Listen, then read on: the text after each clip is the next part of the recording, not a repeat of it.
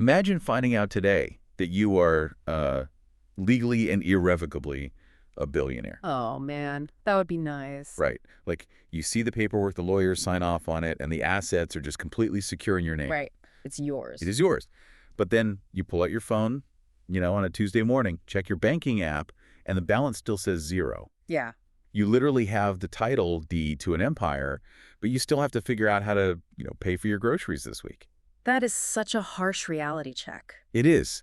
And that incredible tension, right, between the staggering wealth you actually own on paper and the very mundane, sometimes painful reality of what you currently feel. Yeah, what you experience day to day. Yes, that is the core dilemma of the modern believer. It really creates this massive psychological disconnect because we are so conditioned to trust our senses. Oh, totally. If we feel poor, well, we just assume we are poor. If we feel weighed down by, the anxieties of the world, we assume that's just our permanent status. We judge everything by the current balance in the checking account. We do, completely ignoring the irrevocable trust fund that's waiting in our name.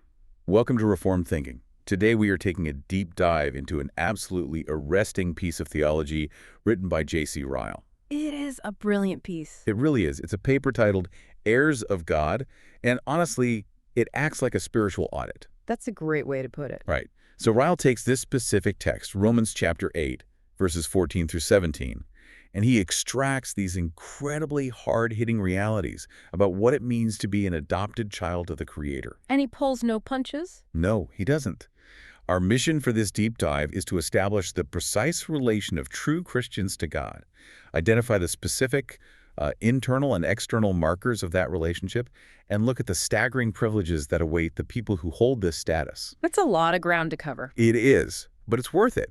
And I want you, the listener, to frame this not as some, dry academic exercise. Treat this as a critical evaluation of your own status. Because Ryle grounds this entire audit in a claim that honestly must have sounded ridiculous to his original readers. Oh, for sure. Yeah. Many of them were incredibly poor in a material sense. Yeah. But he states right in his opening paragraph that the individuals described in this text, these heirs of God, they are the wealthiest people on earth. The wealthiest. Yeah.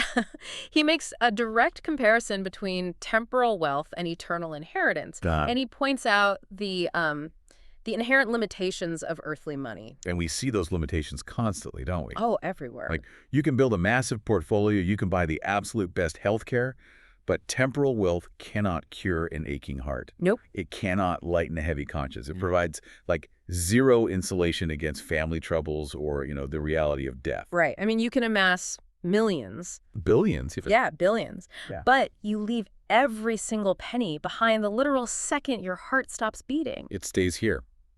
Ryle argues that the inheritance of the believer does something money can never, ever do. It outlasts the grave. And he focuses really heavily on the relational shift that guarantees this inheritance. Yes. He points out that being a son or a daughter is a step far above being a servant, or a soldier, or a subject, or even a friend of a king. Yeah, let's unpack that, because a subject obeys a king because of the law.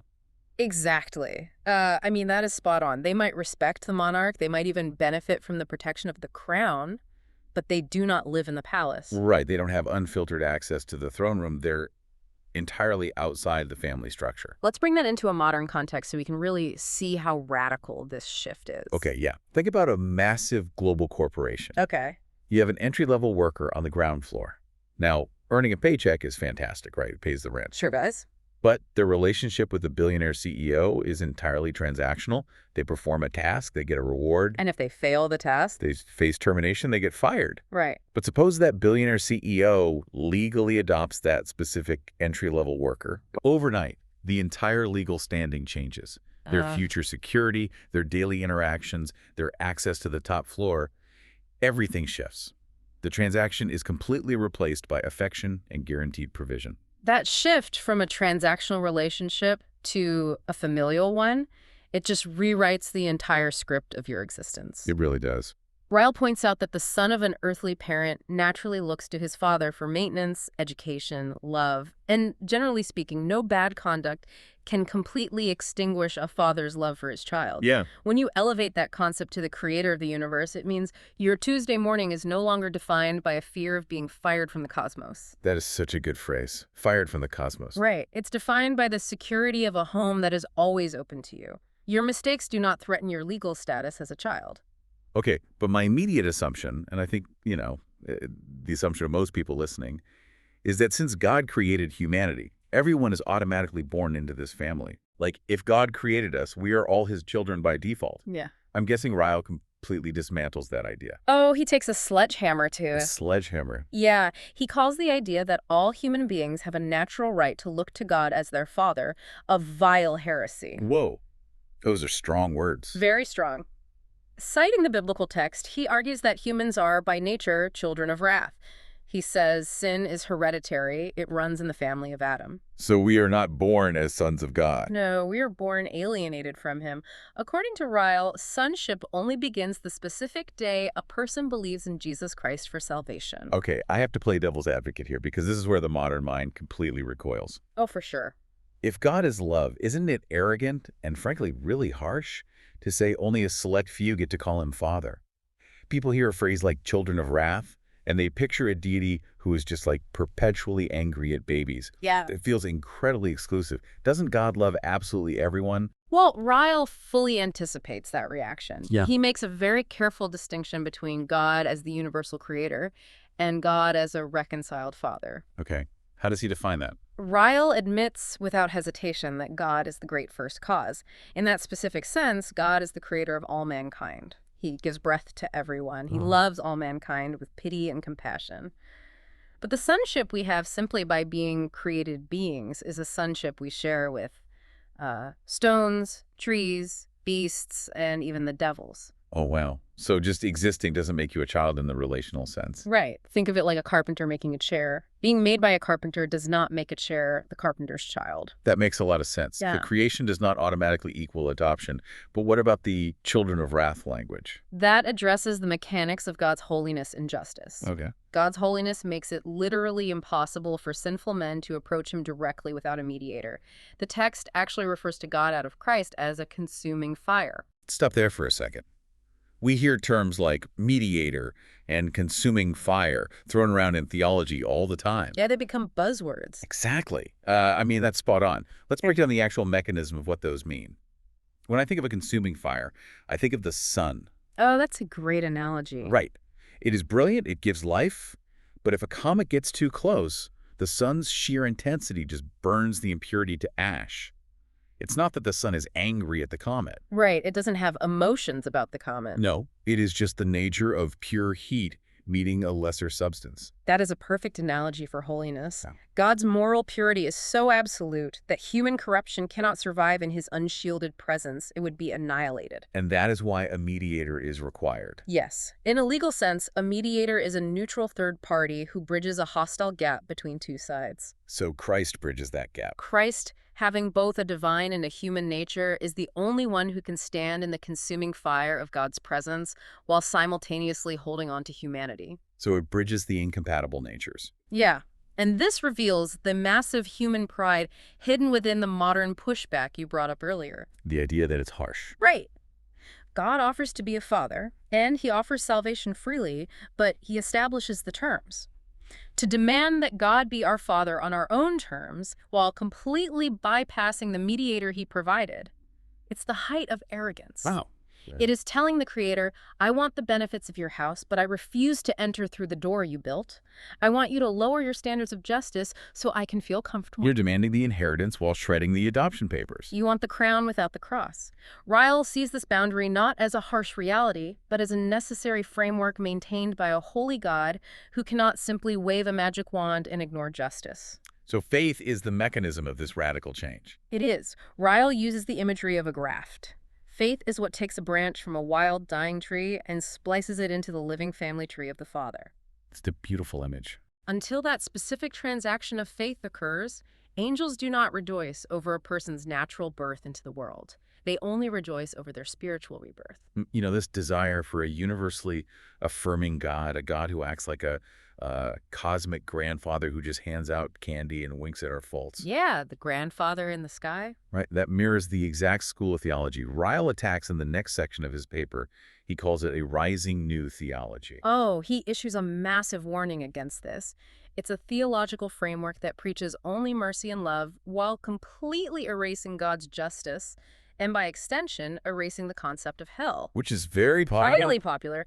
Because this new theology comes to us sounding incredibly compassionate, it uses the highest professions of charity and liberality. It sounds so much kinder than the old rigid doctrines. But Ryle argues it is a completely hollow system. Absolutely hollow. And he lays out 5 very distinct, highly logical counterarguments against the idea of universal salvation.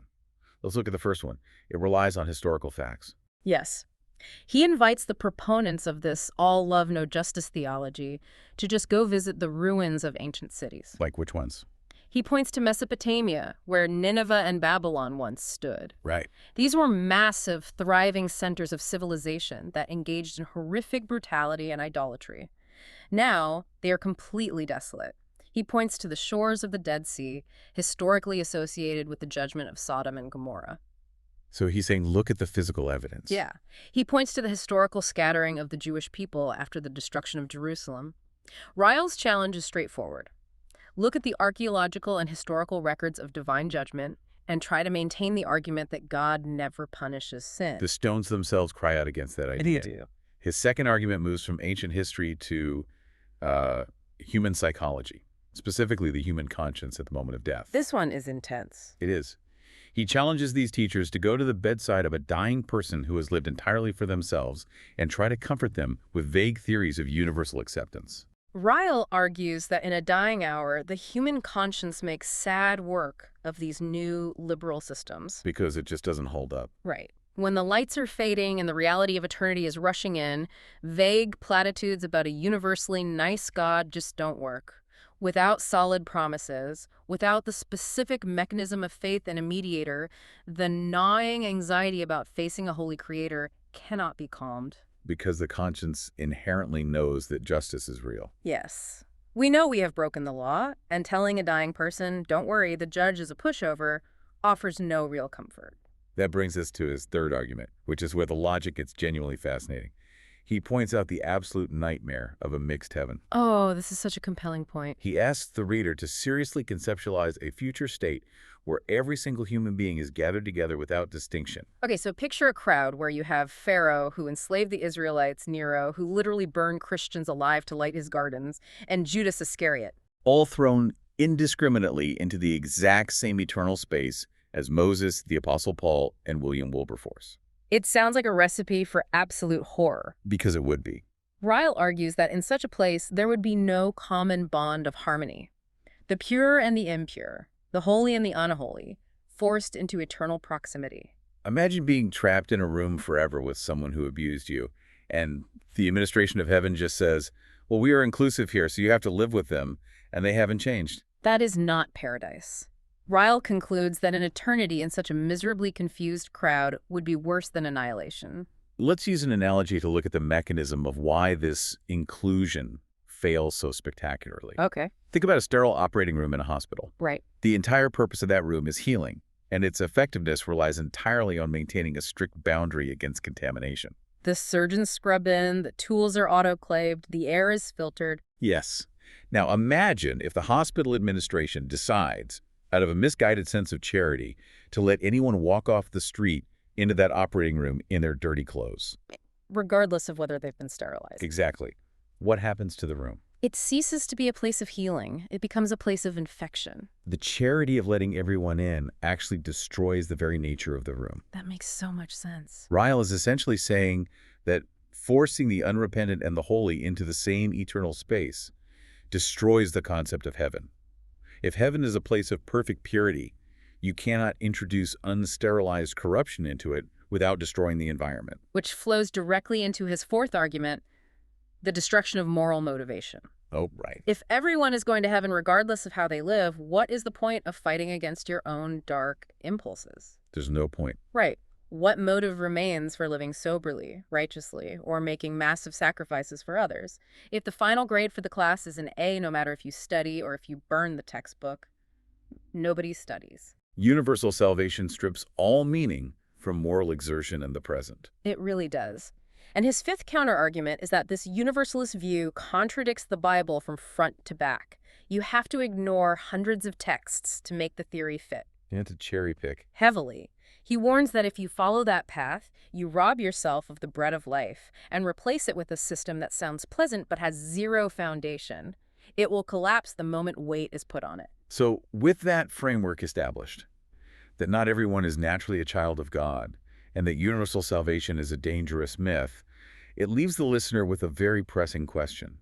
Which is? How do I know if I am one of these neglected children? Ah, yes. We need to figure out what the actual markers are. Right. Ryle outlines 4 specific evidences to prove sonship.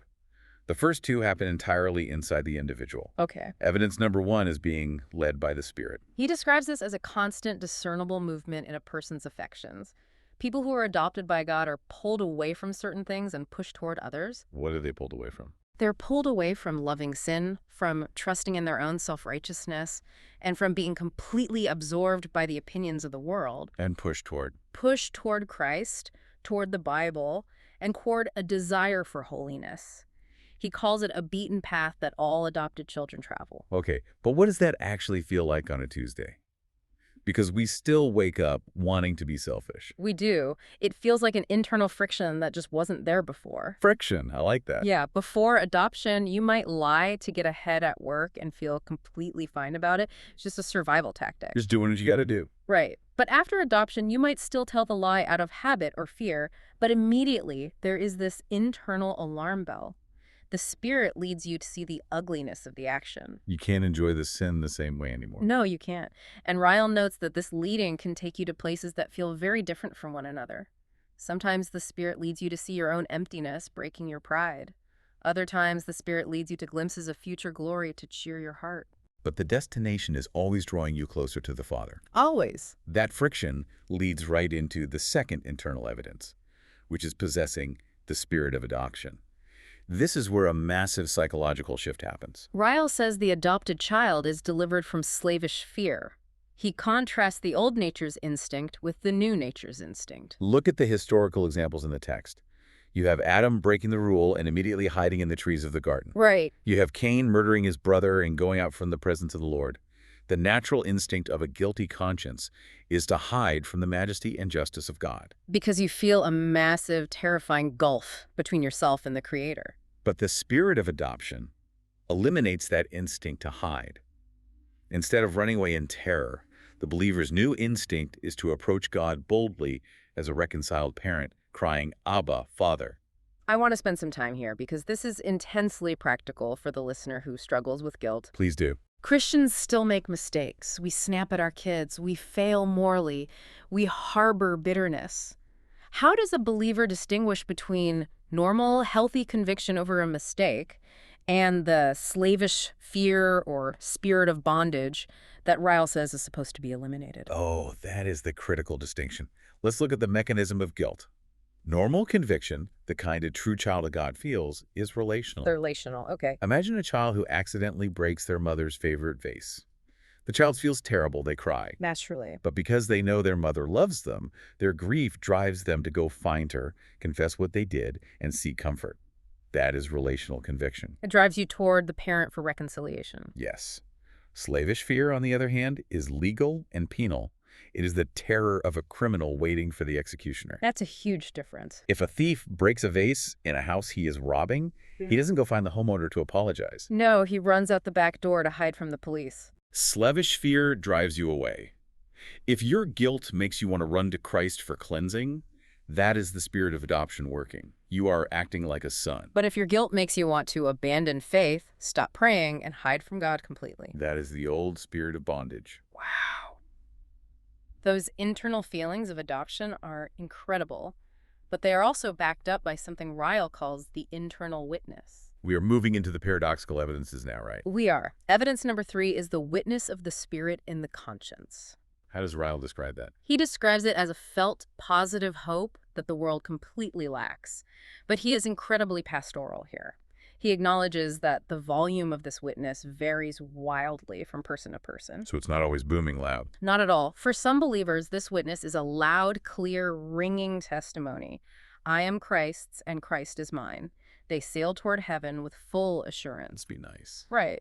But for others, it is just a feeble, stammering whisper, often drowned out by the noise of the flesh and the devil. That has to be relatable to so many people. Yeah. That feeling of, I hope I have faith, but my doubts are so loud I can barely hear the witness. To comfort those people, Ryle offers a brilliant psychological test. Okay, let's hear it. He asks the doubting believer to consider a trade. Would you take your tiny, stammering whisper of hope, along with all your inner conflict, your fightings, your doubts, and your fears, and trade it for the careless, unbothered heart of a worldly person who never thinks about God at all? I have never thought about it like that. The answer from a true child of God is always a resounding no. They might doubt the strength of their grace, but they possess something inside they would never voluntarily surrender to get their old peace back. That refusal to trade, that clinging to the tiny whisper, is itself the witness of the Spirit. You value the struggle because you value the Father. I love that. But then he brings in the fourth evidence, which is where the real paradox hits. Yeah, this one is tough. Evidence 4 is suffering with Christ. Ryle states bluntly, suffering is the diet of the Lord's family. He guarantees that every single child of God has a cross to carry. There is no escaping it.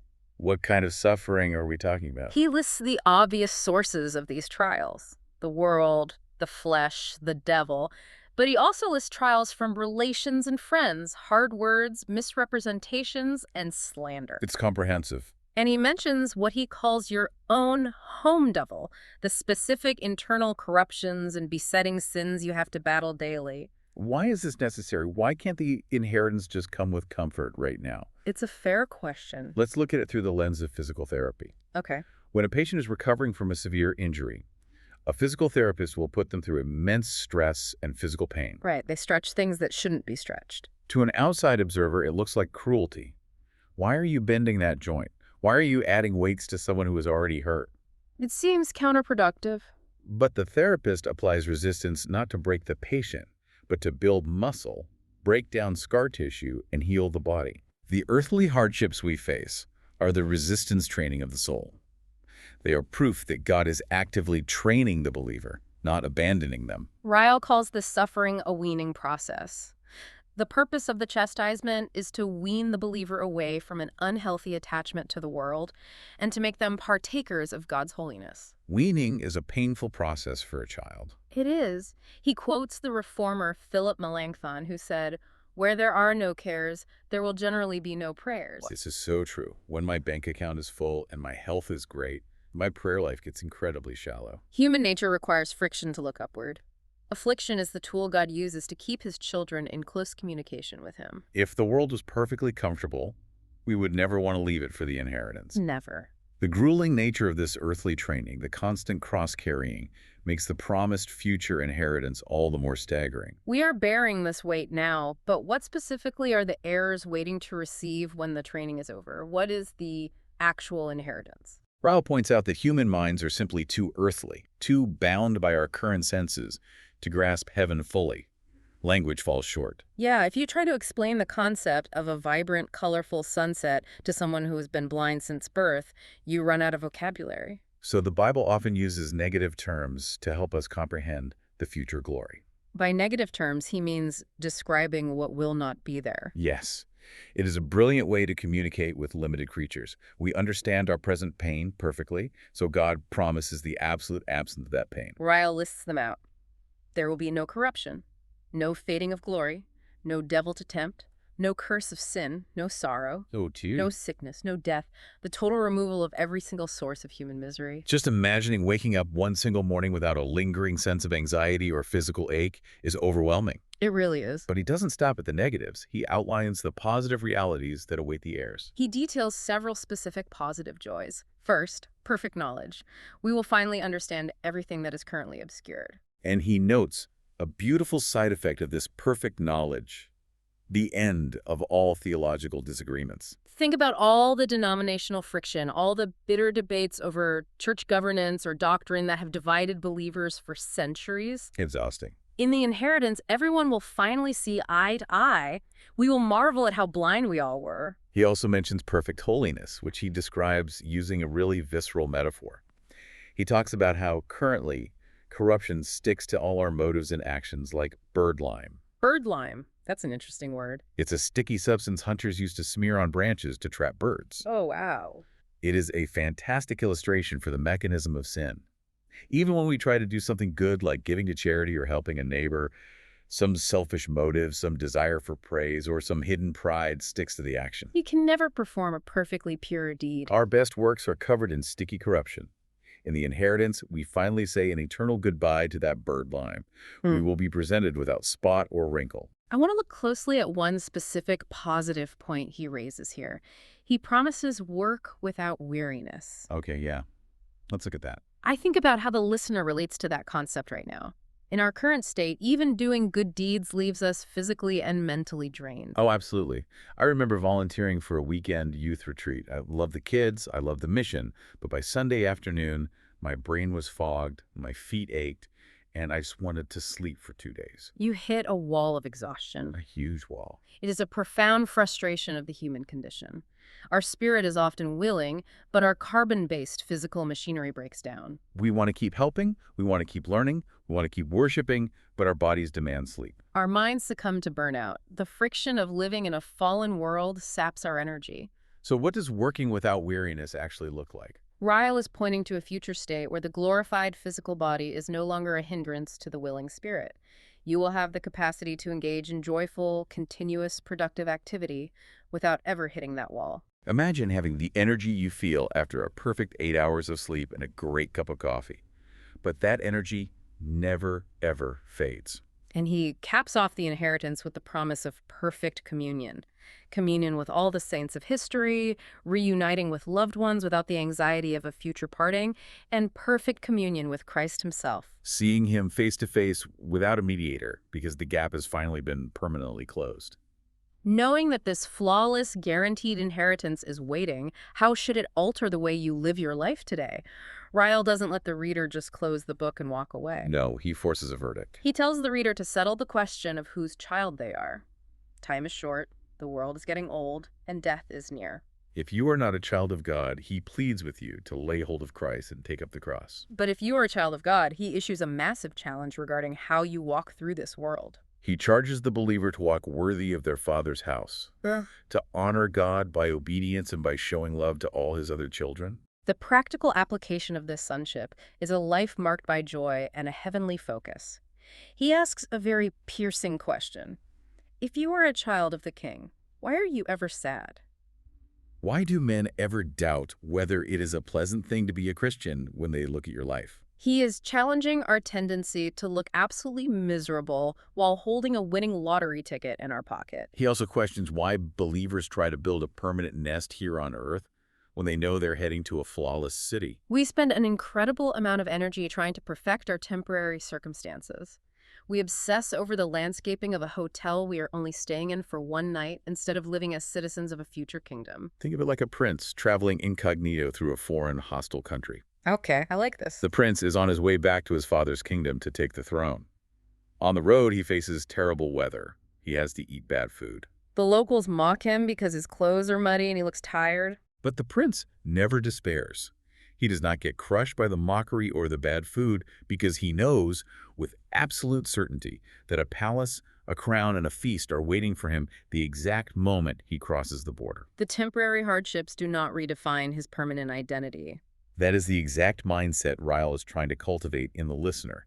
He wants you to live with that quiet, unshakable confidence. He speaks directly to parents as well, noting that you can leave your children money, property, or a great education, but no parent leaves their children as well provided for as the one who leaves them sons and heirs of God. Because it is the only provision that actually matters when the timeline stretches into eternity.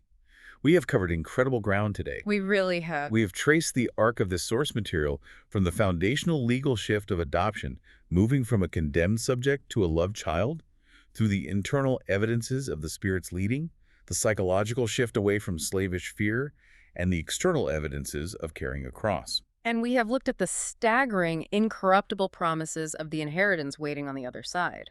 We have seen that the diagnosis of our spiritual state does not have to remain a mystery. There are distinct markers.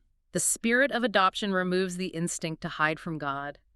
The witness of the Spirit provides a hope we refuse to trade away, even in our darkest moments. And the suffering we endure is the very physical therapy that trains us for glory.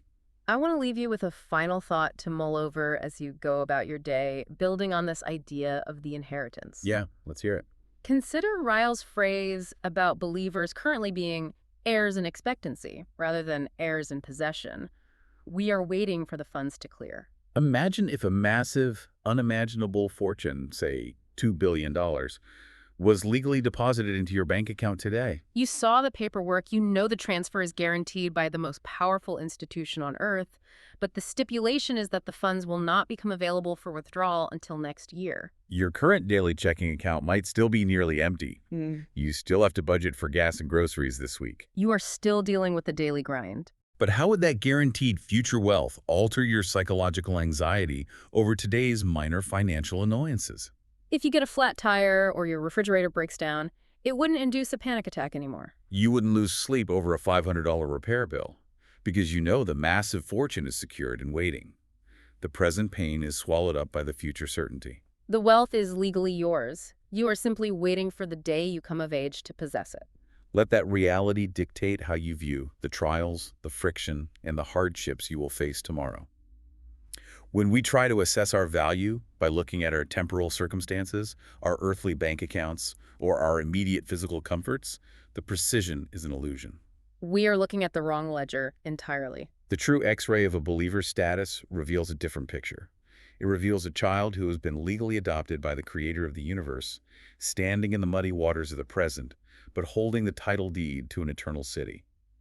You are, without a doubt, among the wealthiest people on earth.